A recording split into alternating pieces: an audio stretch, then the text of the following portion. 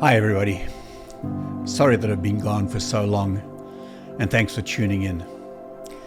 Today's video is going to be in two parts. The first short part, 25 seconds, is to let everybody know how I'm doing. I'm actually doing pretty well. I'm making great progress. Things are moving in the right direction, and if everything goes well, my guess is I'll be back to my normal self by the end of the year. I just also want to say thank you all for your concerns and the well wishes over the past 9 months since the unfortunate incident at Road America. Now the next part of this video is a little bit more insight into what I've gone through and a couple of lessons for any of you that might experience something like this in your life. I just want to start out by saying that racing Spec Miata is inherently very safe. I've been racing for 16 years.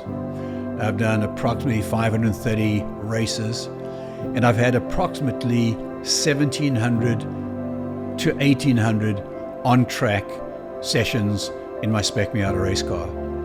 I've had lots of crashes, make no mistake, but I've only had one big one in 1,700. I'll take those odds any day. But as you know, there are times in life when just a whole bunch of random acts just stack on top of each other and create that perfect storm. And my perfect storm occurred at the Kink at Road America in October 2nd, 2024, during the second qualifying session for the runoffs in Spec Miata. So many random variables stacked at that precise moment, and unfortunately I hit Jim Drago, who had spun in front of me, and I hit him head on at 116 miles an hour. I came to a dead stop in less than 5 feet. When you factor in the initial velocity, the weight, the final velocity, and the distance to move, calculations show that Jim and I absorbed somewhere between 40 and 60 Gs during that impact. The fact that Jim and I are both alive is pretty much a miracle, and it's a massive testament to the excellent car builds done by our race car fabricators and to the safety equipment that's mandated by our class and by our club. And of course to the amazing work of the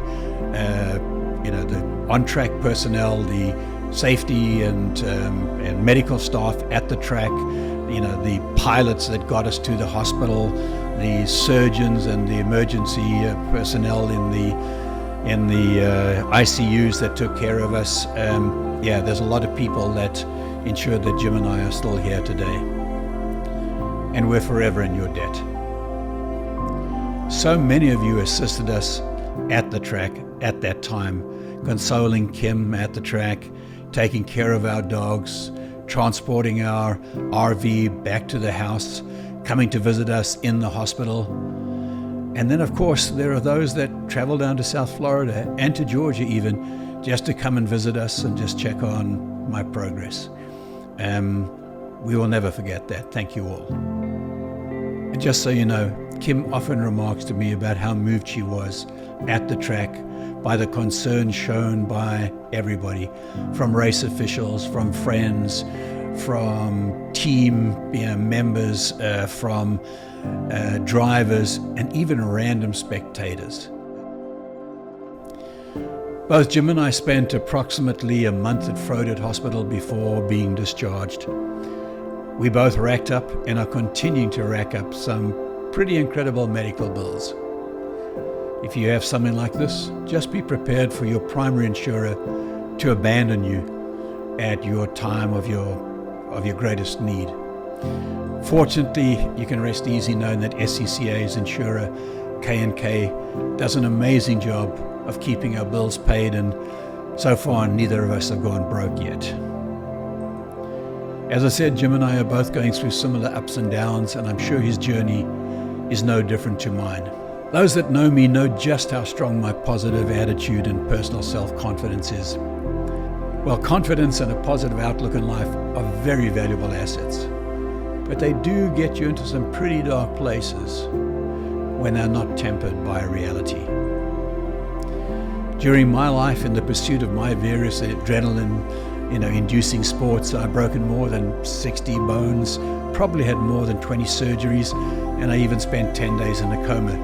But each time I emerged from the trauma, stronger and more determined than before, committed to my workouts, committed to my physical therapy routines, and soon I was back at the track, competing at the front of the pack. So when this accident happened, that was precisely my frame of mind. Just give me a few months, let me get my strength back, and I'll be back at the front of Spec Miata. Well, as you know, that has not happened. Not even at all. High expectations with poor outcomes weigh heavy on the mind, trust me. My mind was just not prepared for the amount of damage done to my body, and you combine that with the effects of getting older, and it just means you just don't bounce back like you used to. Jim and I still have additional surgeries and procedures ahead of us, so the road to recovery is still going to be a lengthy one. When I got back home from the hospital, I immediately went back to work. I needed to get my mind involved. My head injury and resulting concussion had affected my short-term memory somewhat in hospital, and I had concerns that it might persist. I also really wanted to be socially active, but that was a challenge. I was still in a wheelchair and I was totally dependent on people, which is a really tough thing when you've been independent your entire life. I was also not able to exercise because I had open wounds in my foot that persisted for months. And I fell in the bathroom breaking another ribs. So more procedures and surgeries followed, and to remove some of the hardware and close up these open wounds. After spending more than 6 months in a wheelchair, my muscles had atrophied away to almost nothing. My legs and feet were almost useless, and I had no core or upper body strength at all. My broken ulnar in my wrist is still not healed 9 months later. My left foot is still a work in progress. It's painful. My vertebrae remain fractured, and they're also painful. So when you deal with this persisting pain, lots of it, troubling questions often rattle around in your mind. Will I ever get back to normal? Will I ever be able to walk without a limp? Will I ever be able to race at the front of the class again? In fact, will I even ever be able to race at all? So when you deal with these challenging thoughts on a daily basis, your outlook gets tempered. This has been the reason for my radio silence on social media. As you know, I like to post positive and inspiring, uplifting content, not dark, brooding content, so I just stayed away. But eventually, my confident, positive outlook started to resurface. Within 2 weeks of getting out of my wheelchair, I undertook a solo business trip to Australia. I should have known better. That trip was way too soon, and it beat the crap out of me. Another mental setback, more dark thoughts, more time to get a better handle on my new reality. But now I can finally say that things are getting better. I went from wearing a left foot shoe 2 sizes larger than my right, then downsized that to 1 size larger than my right. And 2 weeks ago, I was able to get my left foot into the same size shoe that I normally wear. That's a pretty big win for me. They mean nothing to anybody else, but for us in this situation, they mean everything. I found a great new physio who listens and really gets the journey that we're on together. And of course, as you know, I'm supported by the most amazing and understanding wife, Kim, who has had to compromise her own life to deal with my new reality. The pain is slowly subsiding. I'm getting more strength back in my legs and my core. I can now walk without crutches, cane, or a walker, although I am still very slow and I walk with a limp. But it's time to be normal again. So today I moved the hospital out of the bedroom. I had filled our bedroom with all the physiotherapy devices and apparatus I needed to work out and exercise on a daily basis. But every night when I went to bed and every morning when I woke up, I stared at these things and they made me feel really broken. No more. I've moved them to another room. I'm going to get up and move to another room and do my work there. I need to go to sleep and wake up and feel like I'm normal. It's time for me to socialize. It's time for me to set new goals for my life, short-term and long-term goals.